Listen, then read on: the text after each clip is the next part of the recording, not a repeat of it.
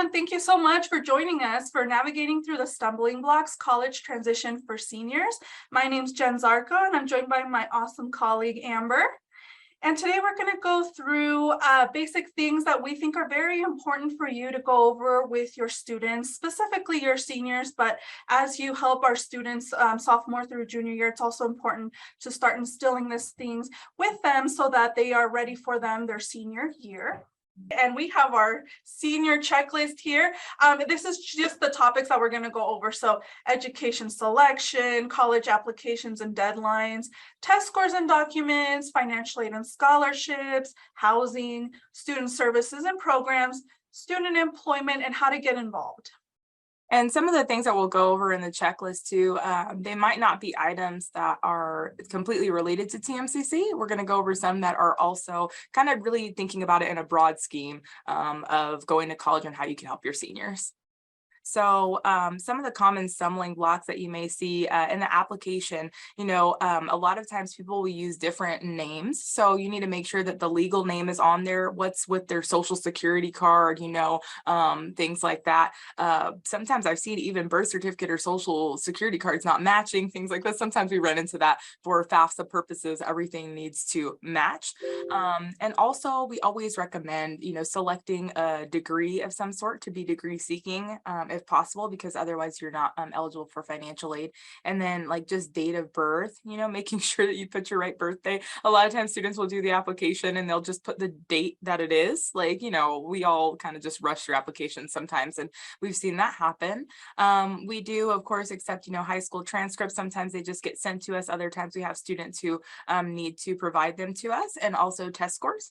And then, of course, we'll go over the FAFSA a little bit later, and also making sure that once you do apply, whether it be TMCC or another institution, they should give you, your login information to whatever system they're working with. For us, it's My TMCC, and we also have our own email platform. And so just making sure that students are logging in, because a lot of times colleges can't communicate with you unless you're a prospective student. They can't communicate with you unless you're at the your own institution's email address. Okay. And so these are other things, just college requirements, making sure that students are looking at their holds, to-do list items.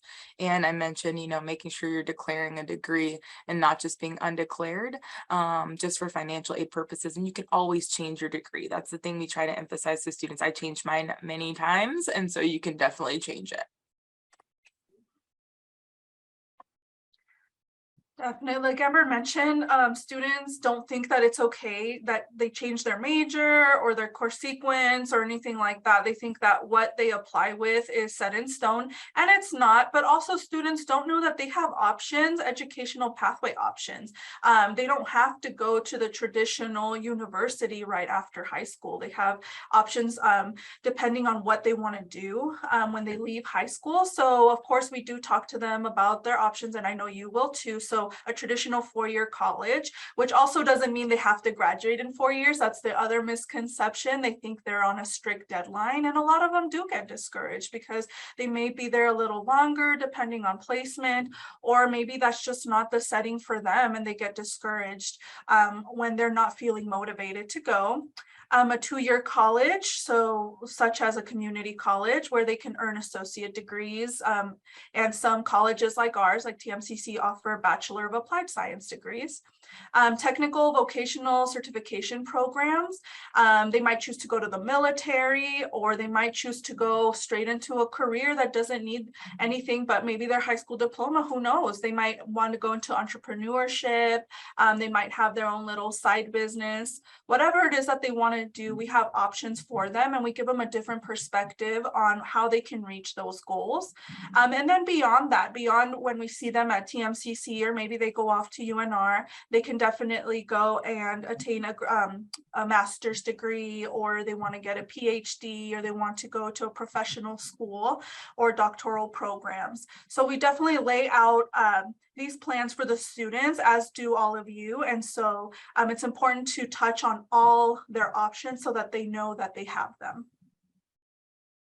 Awesome. And along with that, just talking about mindful education selection, just making sure that, when we're talking to our students, are you planning on staying in state? Are you going out of state? What program would you like to study? For instance, I see a lot of students say, I want to do marine biology, and they think that they're going to be able to do that, with us. And unfortunately, you can get your first like 2 years, your associate of science and get your prereqs out of the way. But something like marine biology, a lot of times is closer to the ocean or a body of water.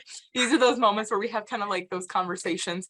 And so I like to kind of emphasize that with students to also look at, what your tuition's going to be. Take a visit to the campus. If you are, even if you're local, of course, come up and see us at our campuses. And also, if you're going to go out of state, highly recommend to them to visit the campus before committing to where they're going. And then also just making sure that if they don't know what they want to study, offering career exploration in their senior year is fantastic. If there is possibilities to have them, take assessments or look into different career paths, call somebody who does the job that they want to do. I have a lot of students who say, oh, I want to be like a dental assistant, but they never talk to the dental assistant when they go and meet with the dentist, have them do that. Encourage those kind of conversations so that they can see if it's a career path that they want to pursue. Yeah, that's a good point. And along with that, looking at what the colleges offer, we get a lot of students saying, well, I'm going to go to UNR and go to culinary arts. And I'm like, well, that's great. However, UNR doesn't offer that program. So we try to educate them on that too, that not every college or university offers the same things. Like, for example, TMCC's degrees and certifications here, like I mentioned earlier, we have Bachelor of Applied Science degrees, but we only have them in specific areas, not in all areas. Associate of Applied Science degrees, when you all see the word applied with a degree, that means that these do not transfer, specifically here within state, just because the programs that we do have under the Associate of Applied Science degrees do not are not offered at the universities like UNLV and UNR. However, the Associate of Arts or Associate of Science degrees do transfer, typically seamlessly, like business. It's your cookie cutter, like psychology, business, criminal justice, all of those great programs that can transfer over to UNR, UNLV. A certificate of achievement, if students don't want to be here for very long, but they want to, I don't know, hone in on a skill, or they want a little more knowledge about a certain area, we do have our skill certificates and our certificates of achievement. Skill certificates are what we call stackable degrees. So basically, you start off with like early childhood education just to see if you like it, let's dabble in it. And then you realize, okay, I think I like it, let me take another class, and you start earning more and more credits in that field. And eventually you might get up to the certificate of achievement, which is half of an associate degree credit wise. And then if you want to continue on, you can go for the full on Associate of Arts or Associate of Science. And then we have educational programs that, again, are only in certain areas. And I think Amber can talk about EPIC a little bit more than I can. I'm not very familiar with that one. Okay, yeah, for sure. So EPIC encompasses several things. So you might have something along the lines of, EPIC really, it has career certification. So you could do like certified medical assistant, different things like that, they're not degree applicable. So you don't get any credits for it. They're not credit bearing, but you do get certifications from it, which is really neat. So a lot of times students will go into those areas. They're not FAFSA eligible, but there are a lot of organizations in town, such as Join CSA, that will assist with paying for those courses. And then also with EPIC too, we have fun classes. So if you guys are interested in taking some fun things, I just looked at the catalog the other day, and they are having hoop dancing here at Edison, and yeah, and like line dancing too. And so I was like, That's fun.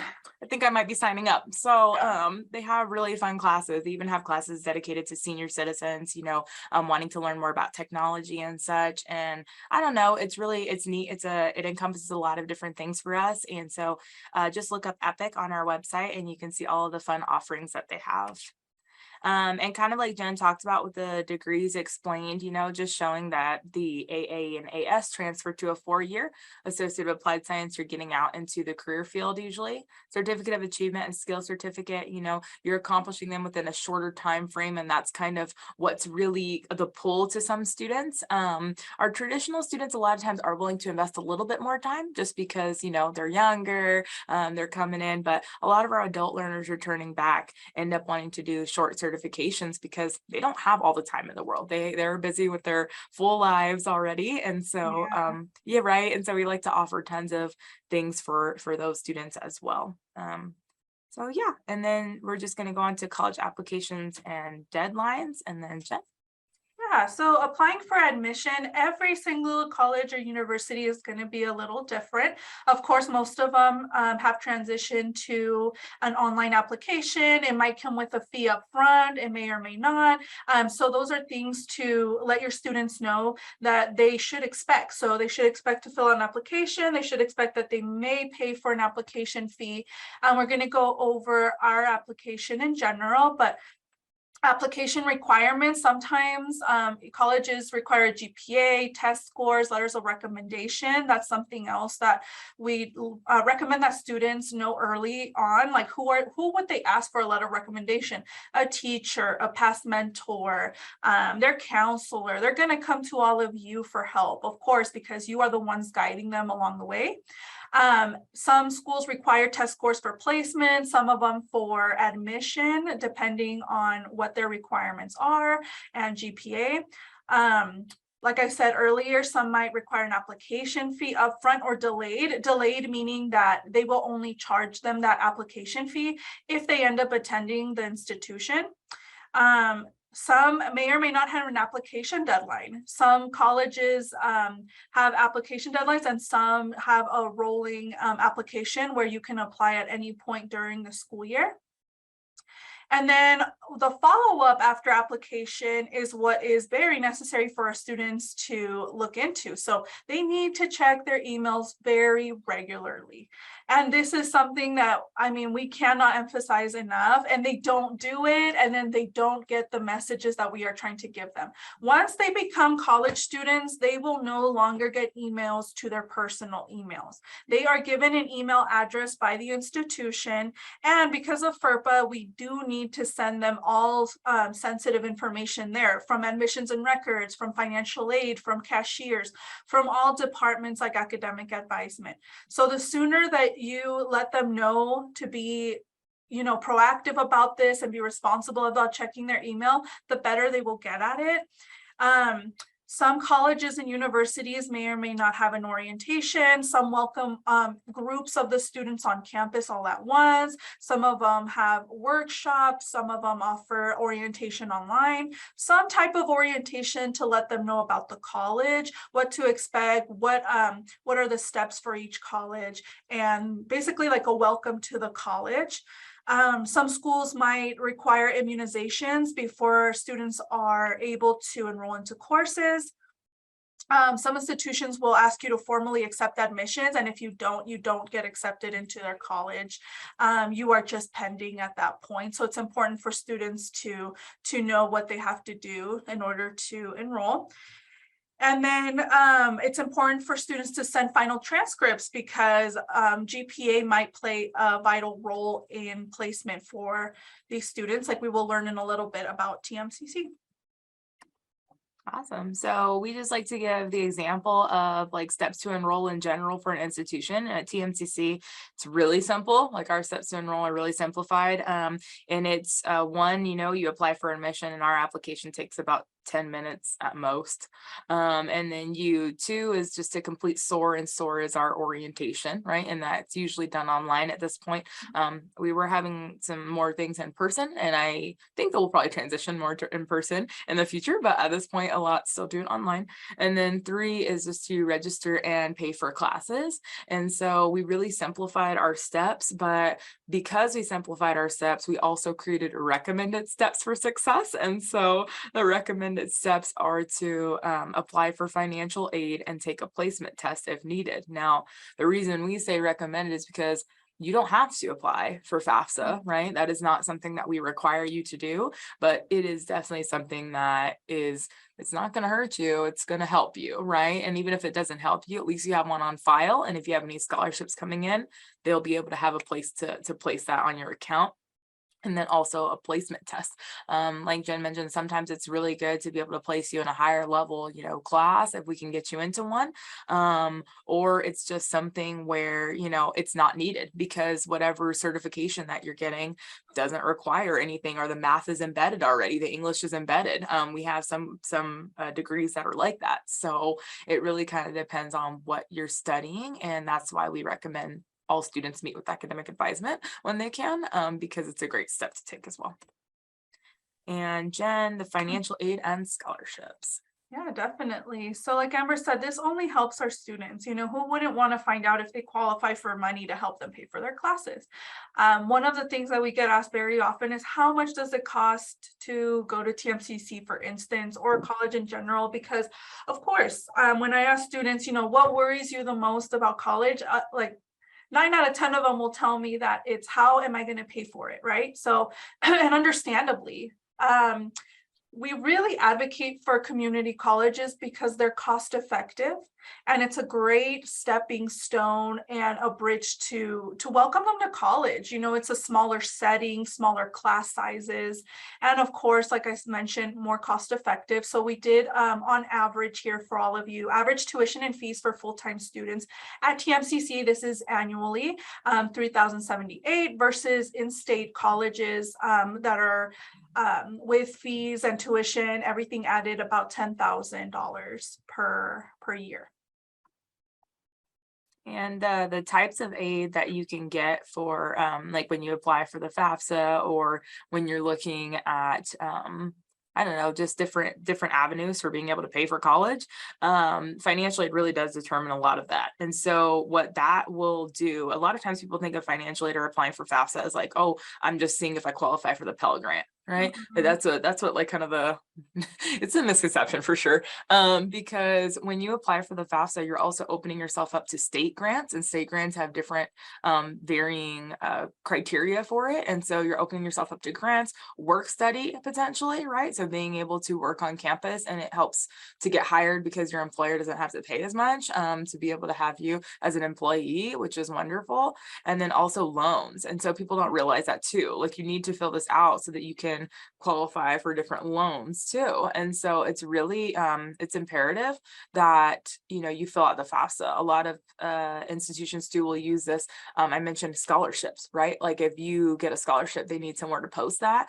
Like I run a scholarship program, I'll talk about it a little bit later, but in order for me to post that scholarship, the student needs to fill out the FAFSA first. So even though like they might not qualify for Pell, they may not qualify for other grants and stuff, my scholarship needs that. And that happens a lot with scholarships. Yeah, definitely. So what is the FAFSA? It stands for Free Application for Federal Student Aid, and the free is what I want to emphasize here, because there are websites and other organizations that are trying to take advantage of students who don't know any better, and maybe like want to charge these students for an application that is free. It's in the name. And so you want to make sure that your students are going to FAFSA.gov and not FAFSA.com. FAFSA.com is shamelessly charging these students, and a lot of them unfortunately do fall for that. So we definitely want your help in making sure that they're going to the right site. The FAFSA requires tax forms from 2 years prior, so we call that prior year. So for example, the FAFSA that current seniors will be filling out October 1st, 2022, for the 2023-2024 FAFSA, a mouthful, but we're already thinking for next academic year for our seniors who are going to be going to college, they will need to use the 2021 tax documents, theirs if they worked in 2021, and their parents. Yeah, definitely. And just like just kind of a caveat on that too, if the financial situation has changed tremendously within those 2 years, which has, oh my goodness, in this economy, it definitely is Yeah, for possible. sure. So if you realize that that has changed, you should definitely talk to financial aid, and there are ways to provide documentation that would help you get assistance, because not everybody is where they were 2 years ago. So we Mhm, understand that. for sure. Case by case, honestly. It really is. Yeah. And then also just like kind of mentioning scholarships again, understand that every institution, whatever college you go to, most of them have institutional scholarships available. So find out when those deadlines are for that. There are also, of course, outside scholarships. You might have heard like Rotary, Seroptimus, just different outside organizations that provide wonderful scholarships for students. Private scholarships, they're the scholarship program I work with is a private donor. Shout out to the Jacobs for being amazing. And so whoop, whoop.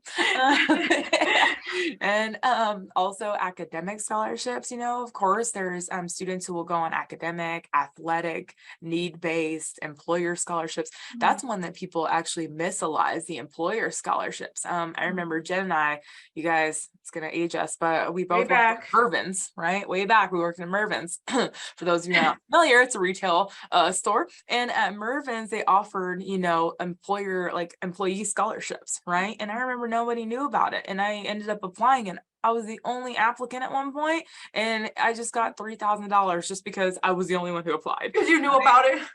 Because I was the only one who read the board in the break room. You know what I mean? So Yeah. Yeah.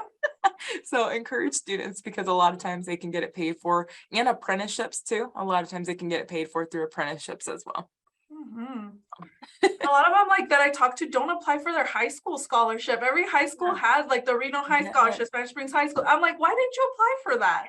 Yeah, Like, it's right here in your school, so just those types of things, totally. making them aware. One of the things that students fear the most, and that I'm glad that they are wary about taking out loans, because like Amber mentioned in the previous slide, there are many, many, many options for free money. This should be like complete last resort here, but we do have the opportunity to take out loans if we want to. So if we fill out the FAFSA, we qualify for loans. However, if you don't qualify for loans through FAFSA, or you don't fill out the FAFSA, you can take out a private loan through a bank or credit union. So if our students want to go to their bank or credit union that they're currently with, they do offer private loans, and short-term loan companies like Dollar Loan Center. We definitely don't recommend these. I don't talk to students about this at all. I know Amber probably doesn't either, because we both made it through college with scholarships. We know they're out there. We know that all you have to do is put in the time and effort.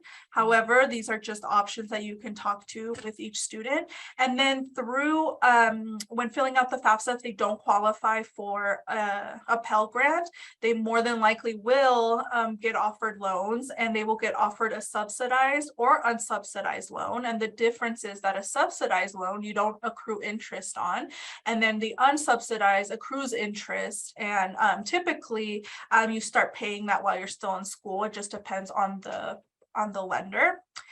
And then a loan does need to get paid back. So students don't realize that every loan is different. Some you have to start paying back right away while you're still in school, so you're making payments, and some defer it till after you earn your degree, and they'll send you your payment allotments per month. Yeah. And I think that's just huge that, if you do have to take a loan, you have to take out a loan. I have tons of friends who've had to take out loans, Yeah, over for the sure. years. And if you do, just try to, be smart about it. It's like Mhm. it's like making a big purchase, so you want to like be smart about Mhm. what you're doing. And it's a great step towards, sometimes with credit and things like that. But it's definitely not recommended. It's not like our first go-to. Everything first, do your FAFSA, do scholarships, do all of this. Mhm. If you get down to it, take out a loan if you need it, right? I mean, at the end of the Right. day, if you still need to go to school, you got to go to school. So, Right. And just on here, following up with your FAFSA file, February to March, like around that time frame, an award letter or additional information might be needed. You know, our schools from the Nevada System of Higher Education schools, when we say NSHE, that's what that means. Sometimes acronyms get thrown around and it's like, what is that? So Nevada System of Higher Education, so any school that's in Nevada that's higher ed, they use a to-do list to do verification. And a lot of us use PeopleSoft, right? So it's a shared instance. So a lot of us use PeopleSoft where, you know, like each school has their own system, my TMCC, like UNR, you know, like different things like that. And then just like making sure that you're completing your verification as soon as possible. So making sure you're submitting the requested documents that are on your to-do list. And on there, a lot of times you can just click on what it says. So if it has like a certain type of verification, click on that, and then it'll give you the explanation and the description of what it needs you to provide. So a lot of times students see that and they're like, I don't know what that means, you know, so you got to click on it. All right. And then allow 4 to 6 weeks for processing. So that's the other part, is financially, it's not a fast process. And unfortunately, we see a lot of students come last minute, you know, registering for classes like, well, I'm going to need financial aid. I'm sorry, at this point, what I'm going to need you to do is make a payment. So we do have payment plans as well, side note, for TMCC, we can put you on a payment plan. And so a lot of times I recommend that, because even if you have FAFSA coming in later on in the semester, you know, it basically kind of can get refunded to you and everything. So it's interesting. The biggest point here, please do things ahead of time. Do not procrastinate. And we know that a lot of seniors are having senioritis at that time, and just kind of stop like paying attention to deadlines, and they kind of like drag their feet a little bit. If you have students who are like that, just encourage them as much as you can to plan ahead. And honestly too, another like pointer on this, plan ahead in the way of, you don't know what you're going to do after school. And even if you have a super set plan that I'm going to Virginia Tech, right? I'm going to go to Virginia Tech. That is the school that I am going to. I have everything set. Well, guess what? Like life happens, right? Emergencies happen in our families. Certain things happen where sometimes we aren't able to go. And in those cases, like having a backup plan, you know, is fantastic. And so I always try to encourage students to keep up with more than one institution if they can, because you never know. So yeah, for sure. I know we talked about earlier about test scores and whether some schools require them, some don't, some use them for placement, some use them for admission. For TMCC specifically, we use your test scores for class placement. We want to know what math and English course you qualify for or are ready for at TMCC. So these are not required for admissions. And the reason I want to emphasize that is because some students will not have taken the ACT, or maybe they don't have SAT scores. We also have an option for students here to use their GPA and placement in Algebra 2. And so it's very important for these students to know that they have options for placement. However, if they don't present us with any scores, they now can already go into college level courses. However, these college level courses will come with a supplemental course attached to them, just so that we know that these students will be successful. They're not ready for the just 3 credit version of the class, but we will offer them that 3 credit version with a supplemental 2 to 3 credit class attached to it, so that we know that they're going to get the supplement, the tuition, and the help while they're taking this course, because we don't have test scores to verify that they're ready for that class just yet. So just so you all are aware, we do mix and match. So we take the ACT, SAT, or they can take the AccuPlacer here at TMCC. It is free their first time. And then it's $20 anytime after that. So we mix and match. We take the highest of all their scores, like ACT math is higher than SAT math, so we take ACT math instead. The alternative pathway option that a lot of you really like at TMCC is that if they have an unweighted cumulative 3.0 GPA or better and a B or better in second semester of Algebra 2, and it has to be exactly that, both of them, then they can go into college level math 120 or 126 without the supplemental help. And then if they have that unweighted 3.0 GPA or better cumulative, then they can go into English 101 without the supplemental help, regardless if their test scores place them lower than that.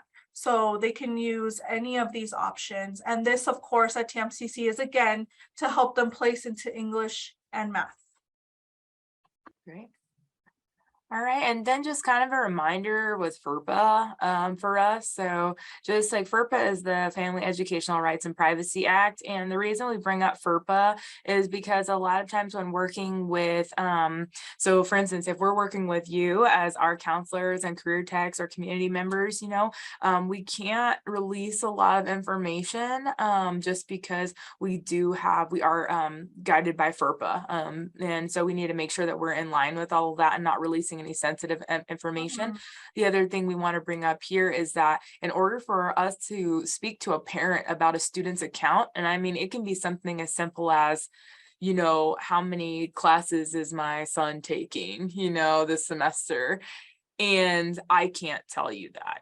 I cannot release that information to you as a parent unless we have a third-party release form on file. And that's for any company too. If a company needs to know about how much or how many credits a student is enrolled in, then I would need to have a third-party release form on file. And you can do that on my TMCC for us at TMCC. And so just kind of a reminder in case you feel like you're getting frustrated or you see a parent getting frustrated that they're not able to get information, because a lot of parents will say, so I'm paying for this, like I'm paying for my, you know, child's schooling, so I should have a right to know about all of this.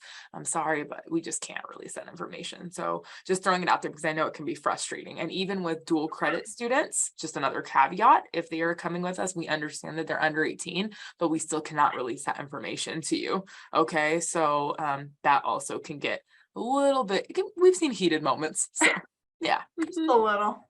Parent, and that goes both ways. Sometimes we ask you all for information that you can't share, and unfortunately we understand. I mean, we understand the process.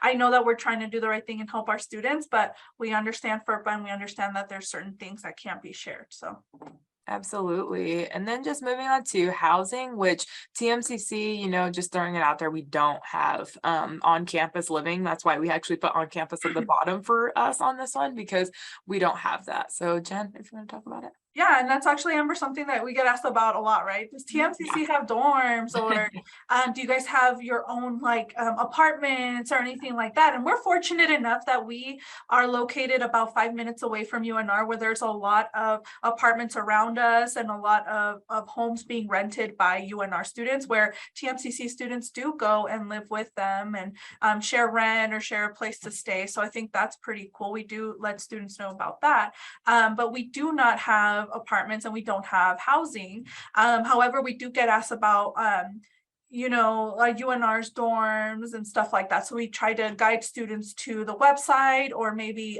give them information for our recruiters that we know there. But if students are looking into housing, we really encourage them to think about everything that has to do with housing, right? Because there are a lot of things that come with this. So what type of housing would they like? I know they're going to leave their parents' home. So if they don't want to live on campus, they can be living with parents, or they can be, you know, they can get an apartment, they can live with a friend. Maybe they don't want to live with the parents, they want to go live with another family member. There's third-party student housing. There's a lot of options. So when students say they're not going to be living at home, you want to ask, you know, well, where will you be living and how are you going to basically pay for that, especially in our economy right now, where, you know, even a studio apartment is ridiculous. So we definitely want to put that into perspective, because what we're seeing is that students thought process is, well, I'm grown, I don't want to live with my parents anymore, I really don't like their rules and regulations, right? And I have this job, I'll make it work. But you know, we know that they have this mindset, but we want to help them make educated choices. So things to keep in mind: housing expenses, and this is everything: rent, utilities, are utilities included? Groceries. Does your dorm have a meal plan? If so, is that included, or is that on the side? You have to opt for another meal plan. How are you going to split? Are you going to have a roommate? Are you going to opt for maybe, if you're living in the dorms, a single dorm room? Those are a lot more expensive. So just all of these expenses that they're not thinking about, like, are you going to have a car and servicing that car? Because of course, when it rains, it pours, right? So one car trouble leads to another. And so just cleaning supplies. Someone told me the other day, oh my gosh, like, I didn't know cleaning my apartment was going to be so expensive. I'm like, yeah, girl, Windex and, you know, all that costs a lot of money. So location, where do you want to live? Do you want to live close to the campus, which would be ideal, but also pricey, right? Do you want to go out of state? Do you want to stay in state? Like I mentioned earlier, amenities, what is included? You can live in an apartment that doesn't include the utilities already, and that's an extra expense. You can live in a place where they charge you for the parking. Just in general, you need to be aware of what other expenses and amenities are going to be included or not included and will be an option for you. Will it be furnished or unfurnished? Are you moving into a dorm that's not going to have anything? You need to bring all, you know, your own things, so that you, like a desk, somewhere to stay. Or is it furnished? Does it already come with a bed? Does it come with a desk? All those things that you need to take into account. Living arrangement, do you, like I said, do you want to live with people? Do you not? Parking, where will you be able to park? We are fortunate at TMCC that we don't charge for parking, but most institutions do, and you have to get a semester or an annual parking pass. And then if you're living in the dorms, you will be allowed to park probably in one of the garages, but you also have to pay for that, right? It's not just a given. And then meals, like I said, grocery shopping, or is it going to be part of what you're paying for the semester or the year? Because that can get very pricey. And then like Amber mentioned, unfortunately, we don't have that option here at TMCC, but we do see that a lot with, you know, students going over to UNR. They have these questions and they think that it's all inclusive and it's part of my tuition already. It's like, oh no, no, no. It's really not. It's actually very pricey to live on campus. Is it beneficial? Absolutely. You just have to look into it and see how you are going to be able to do that and manage that. Absolutely. So long story short, right? Like budgeting, figure out a budget. Like budgeting starts like your senior year. Budget should start. Stay within that budget. Do not go above that. Definitely. Oh my God. So next is just going to be student services and programs, just highlighting some of the student services and resources that we have at TMCC and that are mainly offered at most institutions that I've seen. So we have academic advising, counseling, letting students know that there's a difference between those two. Advising, you're talking to about your classes. Counseling, you're talking to about any issues, things that might be coming up that you need help with, or if you need any assistance, community resources, things like that. Tutoring, we actually have free tutoring at TMCC, which is a huge benefit. Financial aid, obviously, financial aid office. We have the Disability Resource Center. If you have any students that have disabilities, we have a great Disability Resource Center that can help with providing accommodations for students. And so a thing to note on that is that, you know, in order to get any of the services, a student does have to provide the information with what the accommodations that are needed and what they've been diagnosed with. We've seen a lot of times they just think that it's going to carry over from high school to college without any communication, and that is not the case. So students really do need to talk to our Disability Resource Center. We also have a really cool career center we call the Career Hub, and so it's neat. We have a wonderful Elizabeth and Sydney and everybody working in there, just really helping students out with their resumes and, you know, interviewing skills. We have job fairs, things like that.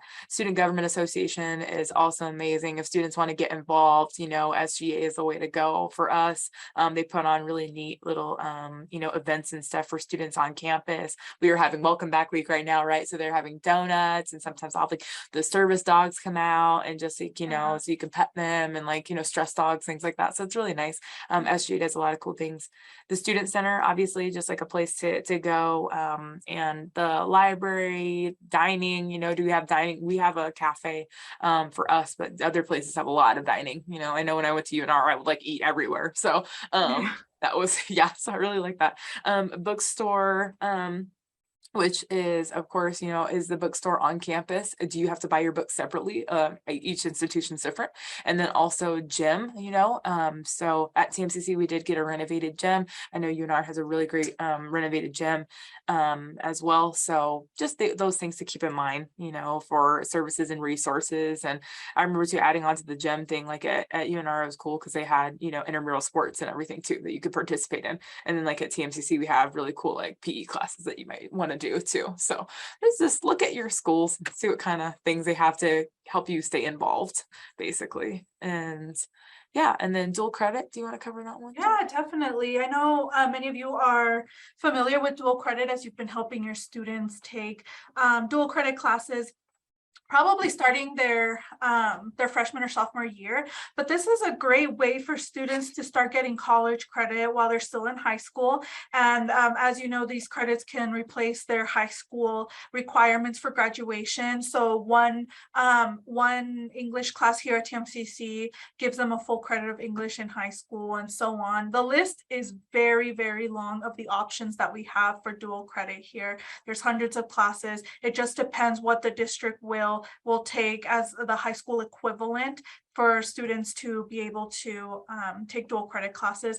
And they will come to the counselors because they need to. The counselor needs to assess whether the student has the GPA required and the grades and the motivation to take these college classes, because these students are taking college classes with college students. It is an actual college class. They can choose to take it online or they can take it in person. So typically they would, if they take it in person, it will be after they get out of their school day at the high school, or if they want to take it online, they will work on it on their own time.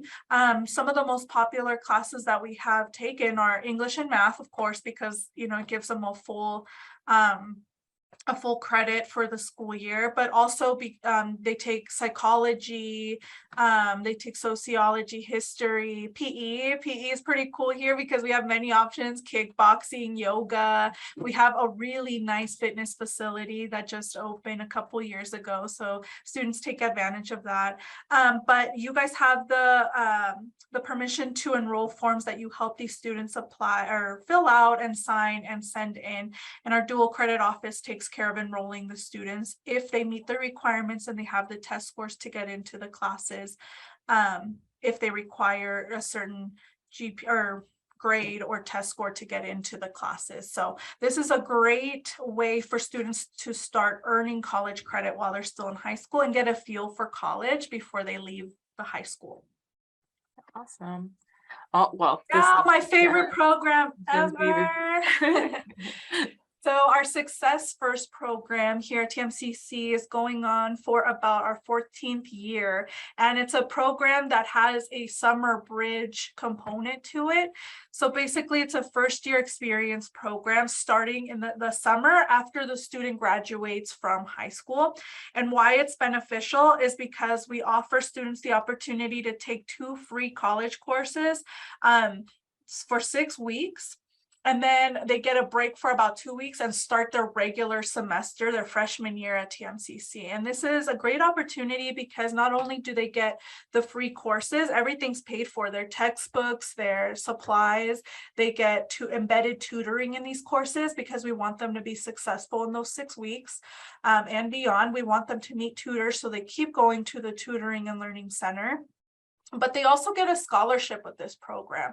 So if they successfully pass these courses in the summer, they will get an $800 scholarship to use towards their first year at TMCC. And that's not even the best part. I personally believe the best part of this program is the coaching component. So they are assigned a success coach their first year at TMCC to help guide them. So basically they have someone they can come to specifically who is assigned to help them be successful. They can ask all the questions, they can ask for resources, they can ask for letters of recommendation, they can ask for help applying for jobs on campus, anything that's going to help them and retain them so that they are successful and earn their degree. The application for summer 2023 opens on November 1st, and we highly encourage all students to apply. It is first come, first serve, but if you know your students are for sure going to come to TMCC, I would have them apply and do this program. It is for first generation low income students. However, we do have spots available for students who might not be first generation or may not qualify or are designated low income based on their FAFSA and everything like that. And because we understand that parents may or may not have 2 to 3 jobs right now, that's making it seem like they're making a lot of money, but they might still be living paycheck to paycheck, and they should still benefit from this program. And then your DACA and undocumented students are qualified to apply to this program and receive the scholarship from the program. Cool. All right, so just another neat program to highlight, the Nevada Promise Scholarship. If you've been working in the district for a minute, I'm pretty sure that you guys have heard about this one. It's almost free. It's our favorite little thing. It's almost free. Yeah, it's weird. Almost free college tuition for up to 3 years. And so we say almost free because there are certain like fees and things that it won't cover, but it does cover the majority of the tuition and fees. So that's pretty cool. To qualify, you just apply by October 31st, and then you have to meet program deadlines. I just call it the 12-step program because there's like 12 steps after that. And so October 31st, though, that's the big one. If you miss that deadline, you can't make any other deadlines because you already missed the first deadline, right? So you're out of the running. If you do not do this by Halloween, you are going to have a problem. So I just say, like, always telling students, Halloween, like, did you apply for Nevada Promise? Like, kind of ingrained in them. There should be something that they did by Halloween. Yeah, okay. And it wasn't trick-or-treating. It wasn't trick-or-treating, unfortunately. Like, it wasn't that. So it's pretty cool. After that, like, part of the 12-step program is there's going to be trainings that they have to do, mentor meetings, community service, and doing their FAFSA. In all honesty, it is not very much that we ask of students in order for them to receive free college, basically, almost free college. And so we highly recommend doing Nevada Promise. I truly think that any student who might in some like far off land think that they are going to, come to TMCC at some point, even if it's like their most backup, fine. Do Nevada Promise, follow the steps so that when school starts, you are ready and you can actually get it paid for. We've seen this happen so much that students just don't do it and they don't think they're coming. And then they're like, well, how do I pay now? And they had this perfectly awesome option available to them. So I just do it. Just have them fill it out. When they fill out their application, fill out your Promise Scholarship application as well. Okay. Now this one, Jake's Presidential Scholarship, is my baby, just like Success First is Jen's baby. So this one is mainly for adult learners. So a lot of times as counselors and career techs, you may have students come back to you like, a couple of years out. I see this a lot, especially in sports. We used to have that a lot where like people would come back, and I was always in basketball. So people would come back from like the basketball teams previously and, just check in and stuff like that. And so if you have anybody who you see who's just kind of out there, they want to come back to school, they don't know where to start, this program is great. Anybody 20 years of age or older, unemployed or underemployed, and that can mean working even full-time, but you're doing, something that's, minimum wage or close to it, things like that. So we can definitely help students come in. We provide them with up to $1,000 for 2 semesters, so $2,000 total.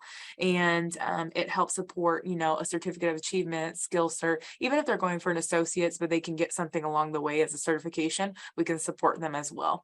So it really is just a solid, like, how Jen mentioned, like the success coaching and stuff, the mentorship is the most important part of it. For us, it's the same thing. And it's also like the component of job preparation. It is super important for our program. And then getting to like some of our last stuff, right? Just to kind of like round up everything. Working on campus. Jen, you actually have a supervisor meeting coming up. Do you want to talk about I working? do. I will forever, and I know everyone here will forever advocate for our student employment component at every institution, at every college. I know Amber and I loved our student worker positions. I think we do what we do now because of that student worker position. It really kind of guided us and made us realize that, education was our calling. I think we enjoyed it very much.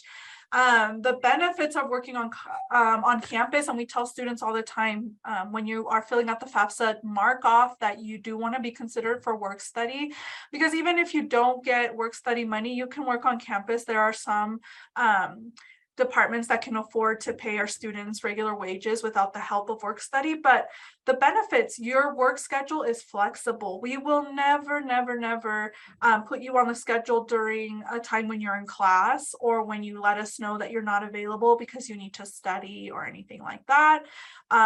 You go to class and then you can walk to work and then back to class if you need to. You're already on campus, so you don't have to, drive to work, or you don't have to worry about spending your gas or anything like that. You're already here. You just walk over. Like I said, the cost savings on transportation, and right now that is huge because gas prices are ridiculous. And then you're learning various skills, not just soft skills, but hard skills. And our job as supervisors, and like Amber mentioned, we have supervisors meetings to talk about how we can best help our students. We are not just supervising these students and making sure that they are doing their daily tasks properly, but we are trying to help them professionally develop. So when they do leave our institution, they know how to communicate effectively. They know how to problem solve. They know how to ask for help. They know they know about conflict resolution. They know about presenting not just to large crowds, but presenting themselves on a one-on-one setting. They know how, little things like properly answering the phone. Right now, we just got a group of students and they were so nervous about answering a phone. And, we walk them through that. We're not pushing them and shaming them. We know that it's a transition. And so we're properly taking the time to go over things with them. So they're learning a lot more than just spreadsheets, answering phones, making copies, getting someone coffee. It is a lot more than that. They leave with all the skills necessary to be successful. We even give them mock interviews sometimes because we know they're interviewing for a job, or a lot of them send us their resume so that we can look at it and we can give them feedback. They get a lot of peer interaction. So they make friends, they make lifelong friends. I know so many of them still talk to each other and they haven't worked here for years. They get to network not only with their peers, but people on campus. And that's going to increase their availability for people to advocate for them and also write them letters of recommendation. So we do get to know our students very, very well. We see them transition to UNR and we still help them. We still, they still reach out. A lot of them become professionals. They come back, get their bachelor degree. We just hired back 3 of them who are now professionals and are on a professional contract, which we're really proud of. So the benefits of working on campus are endless, and we definitely recommend this for all students who are interested. Absolutely. Actually, yeah, working on campus, just a little plug for that too. Like that's Jen said, that's kind of why we got into what we got into. And I think also just like that's how we first met each other, was working on campus. Talking about lifelong relationships. Yeah. Yeah. Yeah, so you can find your best friend. You can find your There you go. Hey, some people even got married, remember? Some people got married. People got married. You can find your life partner. Hey, you never know. Oh my God. So there we go. And I think just some last things like getting involved, stay on campus, like we're trying to say, if you work on campus, you're staying on campus, that's great. Attend socials. There's different socials. Every institution does things differently. Workshops, there's all kinds of workshops you can do as a student. We have tons of free resources and they're always handing out stuff on campus, which is great too. And then also just, if you can live on campus, like we said, we don't have that option, but there are colleges that do it if you can, live on campus, work on campus, study groups, talk to your instructors. This is one thing we want to really push too. If students can make connections with their instructors, that's fantastic. Visiting them during office hours. If you have a connection with an instructor, they are way more likely to want to help you through whatever situation you have in their class and outside of their class. Like our instructors want to have that connection. A lot of times they themselves don't know how to build that connection. So like whatever a student can do to like make themselves kind of known to the instructor, that's a good thing. In a positive way, obviously don't make yourself known because you didn't ever show up. So those kind of things. And then also just joining clubs and organizations, we mentioned our student government association, for instance, right? So join things like that. And we want you to know too that we're always here for you. If you need anything, we have a pretty nice solid team of the Recruitment and Access Center at this point. You have a specific recruiter assigned to your high school, whatever high school you're at. And if you're a community partner, we actually have a specific recruiter also assigned to community based partnerships as well. There's actually 2 of them now. Jen's doing some of those. And also we have our adult recruiter, Carlos Castro Peralta. So if you're doing something in the community, please let us know. Yeah, definitely. Yeah. Like Amber said, you have your assigned recruiter to reach out to, but if you need something before you know who your recruiter is, our email's at the bottom, recruitment@tmcc.edu, or give us a phone call. One of our awesome peer recruiters, our student workers, will answer and get you to the right person. But honestly, we're here to help. We know the stumbling blocks. That's why we're letting you know how these students get stuck. And we're more than happy to help. We have become experts in kind of navigating those stumbling blocks. They just have to mention what's wrong and we already know how to fix it. And so just don't hesitate to reach out and let us know how we can help. Absolutely. So we just want to say, thank you for being with us today. Thank you. And yes, and all right, everyone take care. Bye-bye.